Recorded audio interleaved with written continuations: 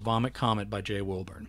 On that final evening, they sat going left to right, Brian, Cody, Ledger, and Trent, if you faced them from behind on top of that grassy hill, or from right to left if you faced them in front with your back to the burning city beyond the slope. Trent took a drink of the clear liquid from the unmarked bottle before passing it down the line. He wiped his mouth, grimaced, and leaned closer to Ledger. "Why'd you bring your little brother?" Ledger took a sip and passed it to Cody as he said, "Our mom took off a couple days ago and Dad has passed out. Didn't want to leave him alone with all this." Cody leaned forward to see around his brother, squinting into the last of the sun. "Why'd you come? Don't your parents love you, Trent?" Trent snorted and shook his head. "I guess, but what difference does it make either way now? They'd just cry on me, and who wants to go out like that?" Cody passed the bottle over to Brian, who without taking a drink. Brian started to bring it to his lips when something exploded in the midst of the inferno below. A burning tire twirled high in the air before dropping back into the flames. I'm probably going to need to add more details like that as we go along, because a lot of that's left out as we go forward. Alright, Brian asked, "You guys want to know where the name Vomit Comet originally came from?" "No," the other three said together, then they laughed. Brian shrugged and took a swallow before handing the stuff back to Cody. "What about your parents?" Cody asked. "Being honest," Brian said, "last minute I thought about ditching you guys, but the fire cut me off, so I came on." "You're better than being alone, even with Trent. They're probably sad, and I don't want to think about it." Are we going to be able to see it?" Cody asked. Trent said, "We'll see it real good when it hits the earth." Brian said, you can only see comets well when they're angled toward the sun on approach. This one is coming directly at us, so it's tough to see." "They didn't even know it was coming until 3 days ago," Ledger said. "Someone should fire those scientists, huh?" Trent said, and stop hogging it, kid." Cody looked down like he just remembered he was holding the bottle and passed it over his brother to Trent. Brian, passed it behind his brother's back to Trent. That's a little better.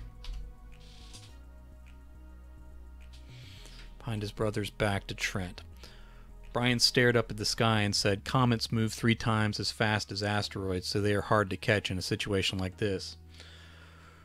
"Real shame," Trent waved the bottle toward the city below and sloshed the contents. We could have panicked for months instead of days." "Someone on top of a low roof surrounded by fire. Let's say surrounded by flames. Fired several shots into the air, one after the other. The boys didn't flinch." Alright. Continuing on. Ledger belched and asked, "Would getting hit by an asteroid be better than a comet?" Alright. Brian shrugged. "Depends on the size, but mostly no, not better." Cody cut his eyes from east to west across the dome of the darkening sky. "Shouldn't we be able to see the stars by now? Is the comet blocking them?" "More likely the light from the fires," Brian said. Ledger waved a hand across the heavens. "All that smoke isn't helping either." A dark plume of black smoke from the spreading fires rose high and trailed to the east. Trent handed the bottle to Ledger and stood up. He stretched and took a few steps away before he said, "End of the world, and we get a terrible view because all the adults went crazy." Ledger took a mouthful of liquid and swallowed with a loud click. He said, "If you're taking a leak, go further away." "No, I want to douse you and keep you safe from the fires." That's the kind of friend I am." All right. Ledger laughed and offered a drink to his brother, who shook his head. He offered it to Brian, but Brian wasn't looking. Now, instead of using Brian here, let's say he kept his eyes skyward despite the fire's light pollution, the smoke, and the bad angle to the sun. What would you guys have done if you'd grown up? Trent ran his shoes back and forth through the grass. Oh, your mother for sure. Brian shook his head as the others laughed and said, "Thank you for making me not miss you. That was very kind." "I wanted to be a doctor," Cody said, "but probably I'd just grow up to be like Dad." "What does your dad do?" Brian asked. "Your mom." Trent used the joke again as he bent over to mess with something in the grass. Ledger said, "He gets sad and then he gets drunk. You wouldn't have been anything like him." "Thanks," Cody whispered. Ledger patted his back. "I wanted to be a scientist," Brian said, "an astronaut, really, to be one of the first people on Mars. Mars would be a solid location right about now," Ledger said, with his hand still on his brother's shoulder. Trent stood back up and held out a tennis racket. "Look what I found." Much of the webbing was broken and grass stains ran up the handle. "What are you going to do with it?" Brian asked. "And don't say my mom." Trent laughed and walked out a couple yards down the slope in front of the others. He waved the broken racket at the smoky sky and said, "I'm going to swat that damn thing out of the sky. I'll be a hero. Every girl will want me on account of me saving the world. Then I'll use my vomit comet swatting racket to keep the ugly ones away, like Brian's mom."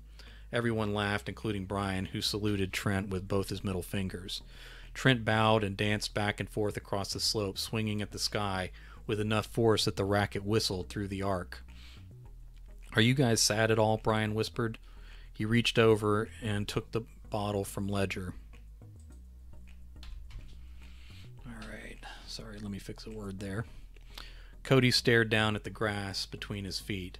Ledger shrugged and said, "You'd have to be some kind of psycho not to be sad, wouldn't you?"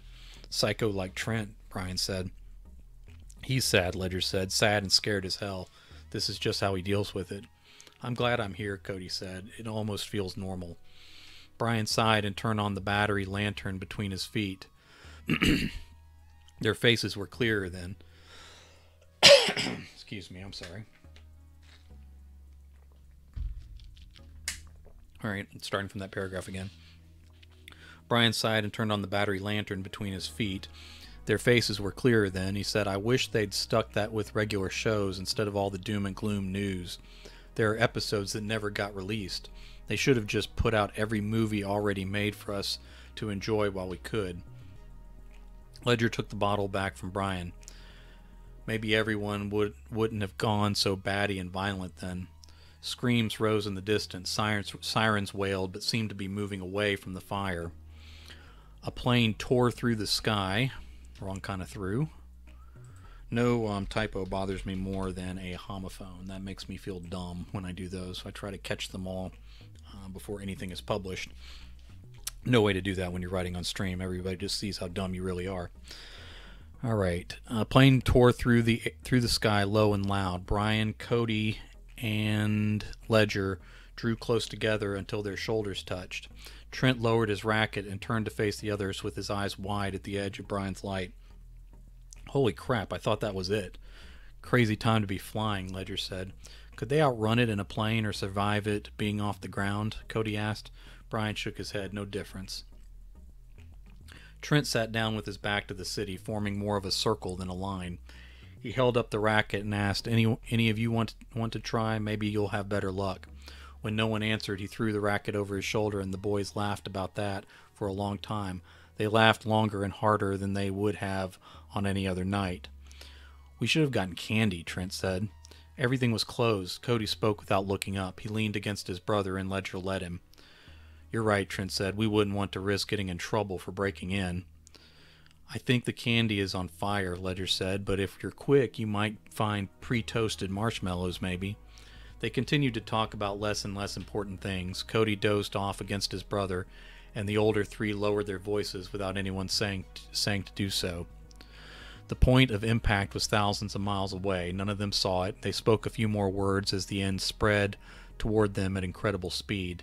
They did not hear it before the wave passed over them. It was more of a super vibration than anything else. It took apart the world and swept away all of civilization. Swept away all of civilization into dust. It took apart the world and swept away all of civilization into dust. They felt an instant of pain, but I don't even know if that's the right word, but I'm going to stick with it. They felt an instant of pain, but consciousness ended too quickly for them to react, and then it didn't matter anymore.